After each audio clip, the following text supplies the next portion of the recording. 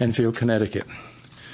I come before you tonight to speak on the topic of mandatory mask wearing in public buildings and at public meetings.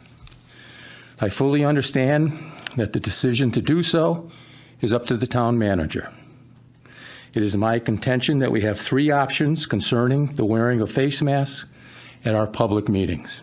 Option one. Option one is the one the town manager has already implemented, and it appears with the blessing of the town council that masks must be worn at all public meetings in our public buildings. This decision certainly pleases a large part of our citizenry, and it also has a significant number of citizenry that seriously is PO'd. Option two. Another way of holding our public meetings could be, and tonight would be a perfect example, would be something like this. You look at the chamber to the left. This building is, or this chamber is divided into two distinct areas. You look back on the left, and you look at back on the right. You could have those who want to wear masks sit over on the left-hand side. You could have those who don't want to wear a mask sit on the right-hand side. All those who choose not to wear a mask could speak first. They could come up here and speak with their masks on. They could sanitize the microphone. They could clean the table, whatever they wish to clean up. Then those without masks could come up and speak, and then go back and sit in their seats. Option three, tell the town manager to go back how things were in regards to the wearing of the masks or not wearing the masks after 5 p.m.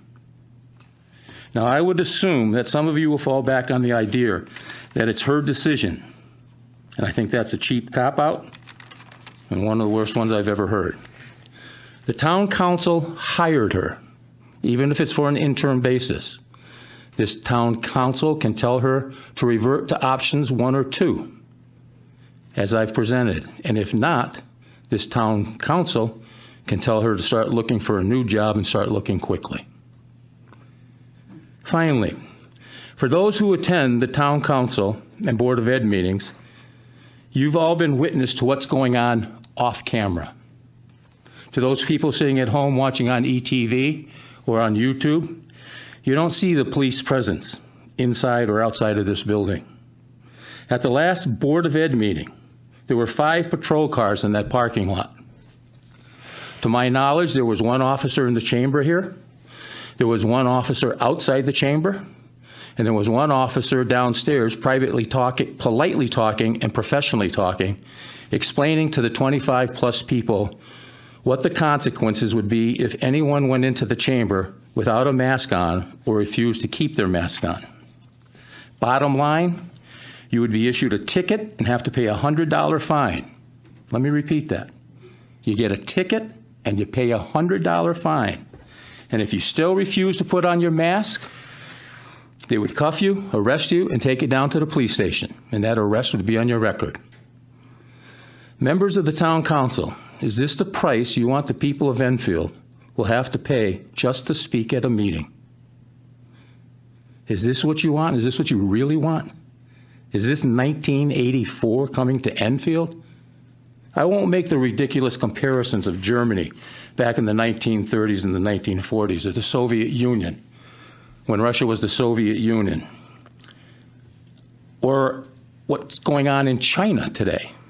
But I will say, we are starting to go down an authoritarian road, a road created by the town manager, and it seems accepted by this town council.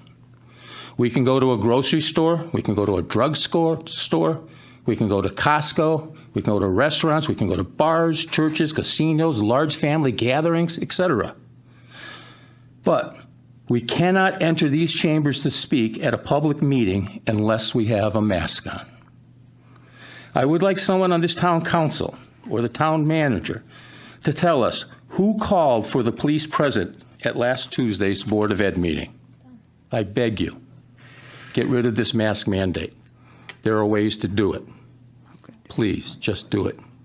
Thank you, and especially if I took more than 3 minutes.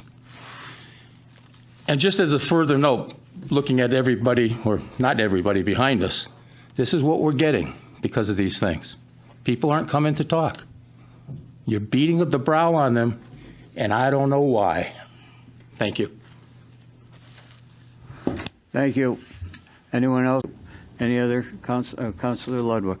Yeah, through the mayor to the town manager, I had sent an email to the manager and the leadership, just explain that question, explaining the decision for why the police are now, whereas at the Board of Ed, I don't know if your manager report, if you want to give a report, I want to put you on the spot, but I did send an email with that question early in the week. And I agree, I think the public needs to have the right to know, especially if we are down police due to why are they here at the town hall instead of doing their patrol. So I sent that email through the mayor to you, and hopefully in your manager report you'll address that question that the gentleman had. Thank you. Okay, thank you. The police were here last week at the request of the Board of Education. There are several people who are uncomfortable at meetings due to the level and tenor of those meetings. And again, for those who are serving the community in either elected or appointed positions, it is important that they can do so in a safe and an orderly manner.